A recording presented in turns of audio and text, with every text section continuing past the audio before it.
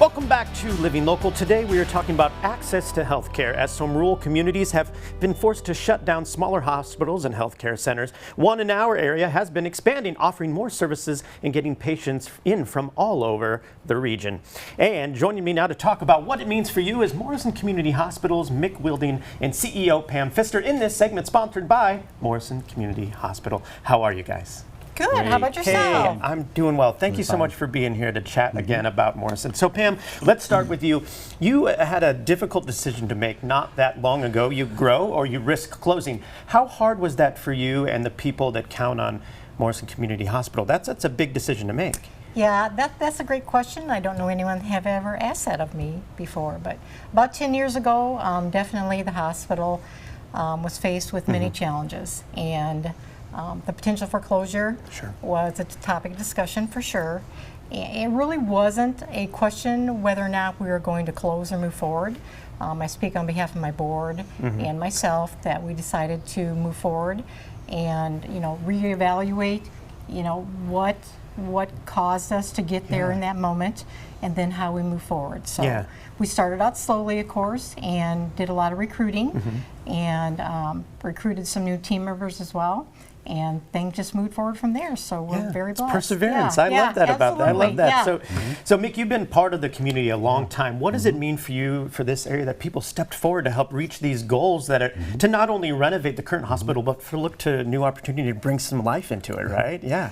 Well, I think Pam and I are a really good team. We made an effort to be very involved in our communities. Sure. She's a leader in our Chamber of Commerce, our Development Corporation. I've been involved with some of our Rotary Club and serving on the City Council for a while, and then I like to go around and even take cookies to some of the coffee groups in the area. He does a great job with that. And we have so much fun because you hear opportunities for improvement, and you also hear things that you're doing well. Yeah. And you hear so much of that, and it really builds your confidence knowing that every time we do an expansion, we're improving health care for the community, and they give you compliments, and I just love that.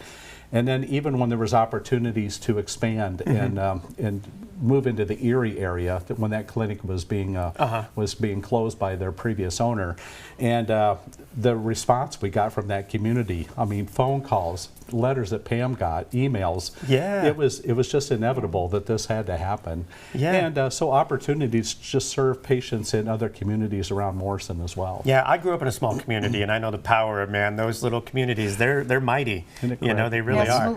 And they rally around more than I think a bigger community does in a lot of ways. For sure. So Pam, let's talk about the big expansion and investment of over $20 million. Wow, that's amazing. And how did you actually recruit, that level of talent to come here? Because that's amazing. Well, we started out slow, of course, and we started out with a platform of primary care. And then as we got that stabilized, we realized we needed to invest in our infrastructure. So we started to have that discussion. But you have to be cautious on not getting too far ahead of yourself, because you're trying to rebuild your finances at the same time. So we recruited our podiatrist as one of our first specialists we brought on board, as well as endocrinology. And then we started to really get active with, where did we see ourselves in the future and what was going to be our facility needs. So we had what I call a think tank session. Involved our leadership team, our board of directors, and administration. And we just had that roundtable dialogue on, here's where we've been, here's where we're today, and where do we want to see ourselves in the future. So that prompted this big $20+ million project, and we kicked that off in the fall of 2019. And then we concluded that in the fall of 2023 as well. And during that period, I was able to recruit my orthopedic surgeon, Dr. Foad, and my ENT, Dr. Cody, and quickly knew that we are going to need additional space on top of the project that we're doing. So just to give you some numbers, from 2019 to 2021, our ER volumes went up 25%, our clinic volumes went up 50%, and our surgeries tripled. Wow. So huge investment, great decision on investing in the structure, and then the specialists started to come on board. And at the same time, you want to make sure you maintain the quality of healthcare, right? You want safety first, you want to provide high quality services. So that project just spoke volumes for our recruitment and retention opportunities. Yeah, it's a build it, they will come That's type of a situation, right? Yeah, right. Fill the dreams, man. Yeah. We can learn That's so much from that. That's right. So, Mick, you've not been, you've been instrumental in not only getting the word out about, so much of this, but what has the role been of the foundation and those who support the once small community hospital? This is an important thing. Kind of to piggyback on what Pam was talking about, as you go about throughout the community and you hear somebody come up and tell you that Dr. Cody helped their baby not have ear pain anymore. Yeah. You hear people that their pain is in their feet have been relieved because Dr. Yeager did something, Yeah, Dr. so Follett, great. and even life-saving things. People saying that your emergency room detected something that was wrong with my wife and you saved her life. So when I go out and start talking to our foundation about funds to make our our hospital even better and recruit more specialists and have operating rooms and facilities that they can perform their job better, it makes it a lot easier.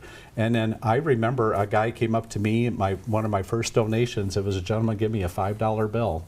Yeah. And he said, "You saved my wife's life." And I treasure that about as much as I do a $50,000 gift. Yeah. And that's what we're there for. Well, and, you're not just a number in a hospital that size. You're an actual person and a patient, and I think that there's something to be said for that. And Pam, this much means so much to you, not only to see these dreams become a reality, but to see a community come together to make this happen. And actually, thank you for what you're doing. This is amazing. That must feel so good. Yeah, it's a great moment, and I always say one of my best days is to just kind of hang out in the lobby. Sure. And you get to see familiar faces that come in and use your services, but you get to see new faces as well. So you get to see those people in your community come in, and it's just a really great day when someone will come up and say, "Hey, my husband's here to have surgery.